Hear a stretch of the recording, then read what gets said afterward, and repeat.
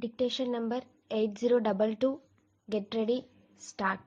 Dear friends, I am happy to be here and speak to you a few words on this important occasion of the annual convocation of this university. I offer my congratulations to the graduates of the year who, by active work and disciplined effort, have attained their degrees, and some of them have achieved distinctions also. Your university has had to face many difficulties of an unexpected character. After partition, you had to perform practically a new university, shifting your teaching departments to different centers and starting new professional institutes. Naturally, your colleges have suffered from overcrowding, bad housing, ill equipped, and inadequate staff. These difficulties affect the maintenance of high standards at the work which you have done in very difficult circumstances must be to you a matter of pride and satisfaction. I hope that in the new capital, whose building has attracted attention far and wide, the university will have its permanent headquarters with enough accommodation for its growing needs. Your chancellor has had great interest in university education, and his experience will be of considerable help to you in your attempts to develop the teaching side and exercise adequate supervision over the affiliated colleges. Building and equipment are not all. Good teachers who are interested in the welfare of the students, who have enthusiasm for their subjects and are able to impart it to the pupils from the central framework of a university. Our commercial minded generation reserves its respect for those who make money, and so the best ability is drawn into administration, business, and the learned professions. We have to realize that the kind of education we provide for our children is determined overwhelmingly by the kind of men and women we secure as teachers. The low esteem in which teachers are held is the most eloquent evidence of the malady from which our society suffers. We must get the right type of men for the teaching profession and not the incompetent and the unambitious. Respect for the teachers cannot be ordered, it must be earned. The next few years will be a testing time, more severe and more exacting than we have known for many years. Political freedom, which we won at much cost and sacrifice, is only an opportunity. It is not a fulfillment.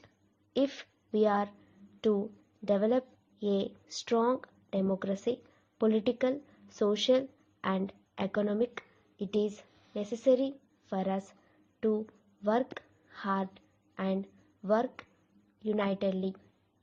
The ideal imposes on us a sacred responsibility.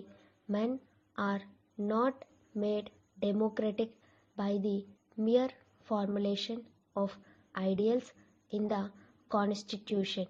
They are not made good by mere exhortation.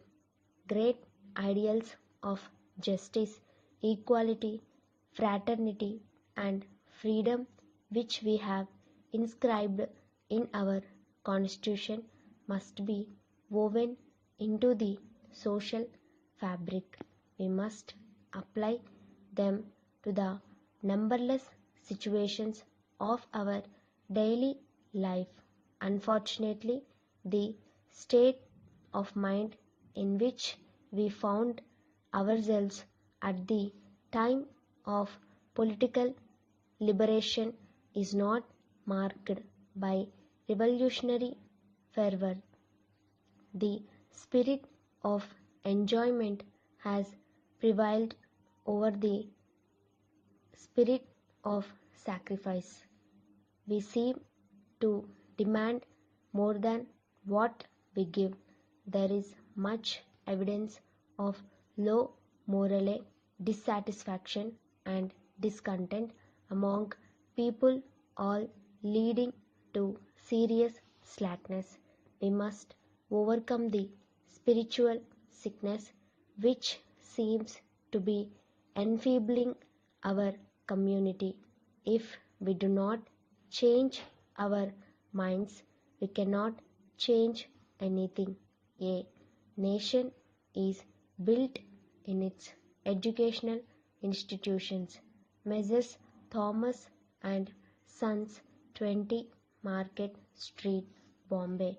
Dear sirs, the order number 567 placed with you 6 months ago has been a source of continual trouble, and we feel that the question of delivery must be clarified at once.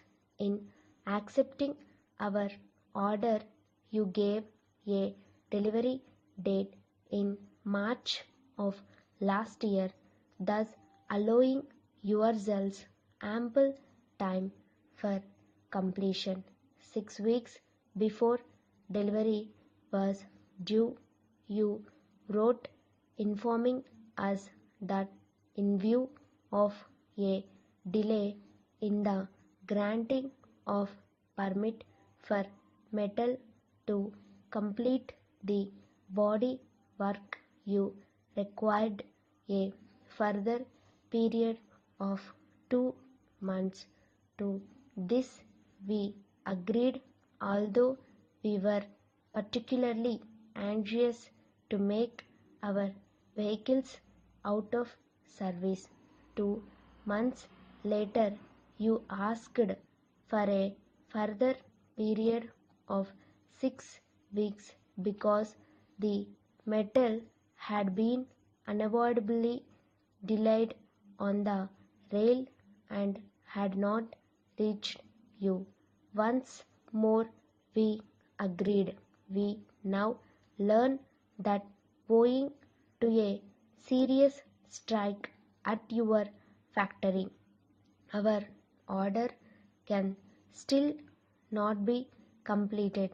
In future, we must always have a firm delivery date for these vehicles, as the ones which they are to replace are virtually unfit for the road. In these circumstances, we shall of course be forced to hold you responsible for any adverse consequences of our continuing to use them any longer. We must now insist that this matter be reported to the managing director, who we hope will take it up personally. Yours faithfully, Stop.